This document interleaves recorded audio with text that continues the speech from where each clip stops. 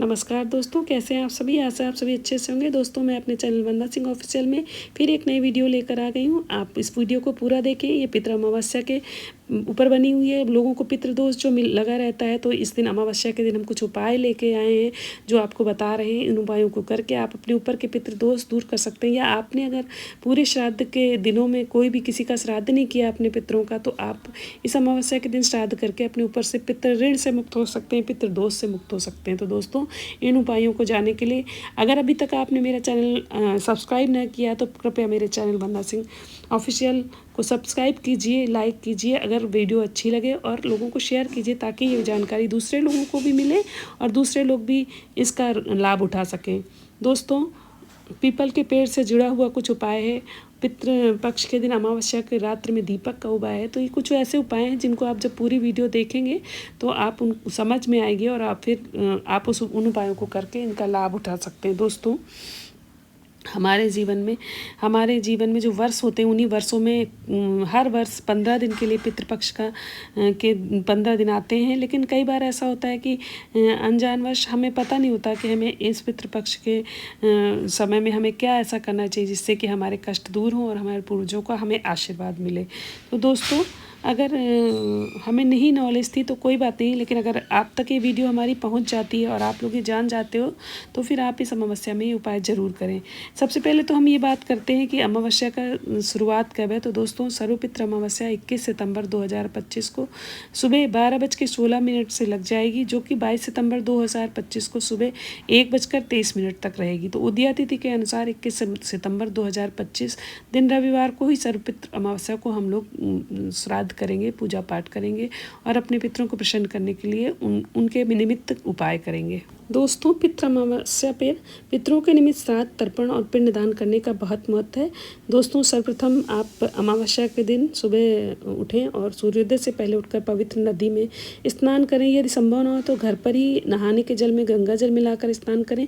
फिर पितरों के निमित्त तर्पण करें और जिसमें जौ, कुश और काले तिल का प्रयोग किया जाता है। और फिर पितरों के निमित्त श्राद्ध और पिंडदान करें। इस दिन उन पितरों का श्राद्ध किया जाता है जिनकी मृत्यु की तिथि ज्ञात नहीं होती या फिर जिनका पूरी श्राद्ध हमने श्राद्ध नहीं किया। तो सभी पूर्वजों को याद करके, अपने मृत पूर्वजों को याद करके उनके निमित्त जो है श्राद्ध करना चाहिए। श्राद्ध में हमें उनके भोजन बनाना चाहिए, जैसे कि पूड़ी है, खीर है और सब्जियां हैं, और लहसुन प्याज वगैरह की बनी हुई सब्जियां ना बनाएं। शुद्ध सात्विक भोजन बनाएं सबसे पहले, और गाय को, कौवे को, चींटी को, अग्नि को देने के बाद एक थाली ब्राह्मण देवता की लगाएं। और उसको अगर आप घर पे ब्राह्मण को बुला के खिलाते हैं तो अच्छी बात है। अगर घर पे ब्राह्मण नहीं मिल रहे हैं आपको आने के लिए तो आप मंदिर में भी दान कर सकते हैं, या फिर आप मंदिर में सूखा अनाज जिसमें कि दाल है, चावल है, दूध है, घी है, सब्जियां हैं, और दोस्तों उसमें आप दक्षिणा भी रख दें। अगर संभव हो तो वस्त्र भी रख के दान कर सकते हैं। वस्त्र नहीं पूरा रख सकते तो एक गमछा रख के पंडित जी को मंदिर में दान कर सकते हैं, या किसी भी गरीब व्यक्ति को आप दान करें। अपने श्राद्ध पितरों को याद करते हुए उनसे अपनी भूल चूक के लिए क्षमा मांगें। तो दोस्तों, इस तरह से हम इस अमावस्या के दिन इस तरह के उपाय करके अपने पितरों का आशीर्वाद प्राप्त कर सकते हैं। दोस्तों, आज के दिन पितृ विदा होते हैं, तो अपने घर के दरवाजे पे गोधूली बेला पर शाम को मतलब 6 से 8 बजे के बीच में 7 साढ़े 7 बजे तक आप एक दीपक जलाएं और दीपक जला के अपने पितरों से अपनी गलतियों के लिए क्षमा मांगें और उनसे पितृलोक में जाने के लिए प्रार्थना करें, और कहें कि आप आशीर्वाद दे के अपने पितृलोक में जाएं। इस तरह की प्रार्थना करते हुए अपने पितरों से, और फिर उसके बाद अपने घर में दीपक रख के उनसे अपने लिए आशीर्वाद मांगे। इसके अतिरिक्त एक उपाय है कि अगर पितृ अमावस्या पे आप जो है पीपल के पेड़ के नीचे दीपक जलाते हैं रात्रि के टाइम पर और खीर का भोग लगाते हैं, तो उससे भी आपके पितृ प्रसन्न होते हैं। अपने पितरों को याद करते हुए उनके नाम से ये कार्य आप जरूर करें, और देखिएगा कि आपको बहुत सारे आपके जो समस्याएं आ रही थी जीवन में, वो समस्याएं दूर होंगी। अमावस्या की को पितृ अमावस्या पर खास तौर पर इस उपाय को अवश्य करें। दोस्तों,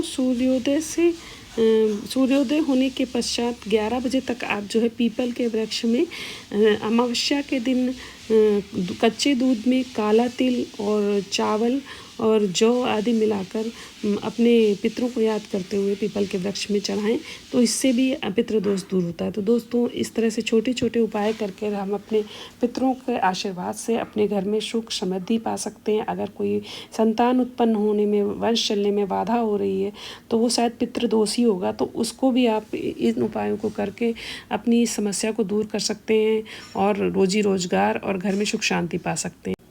तो दोस्तों, इसी के साथ चलती हूँ मैं और मिलती हूँ आपसे फिर एक नई वीडियो के साथ। आप सभी को इस पितृपक्ष में अपने पूर्वजों का आशीर्वाद मिले, यही शुभकामना करती हूँ कि आप सभी का भविष्य उज्ज्वल हो, जीवन में जो बाधाएं वो सारी बाधाएं दूर हो। राधे राधे।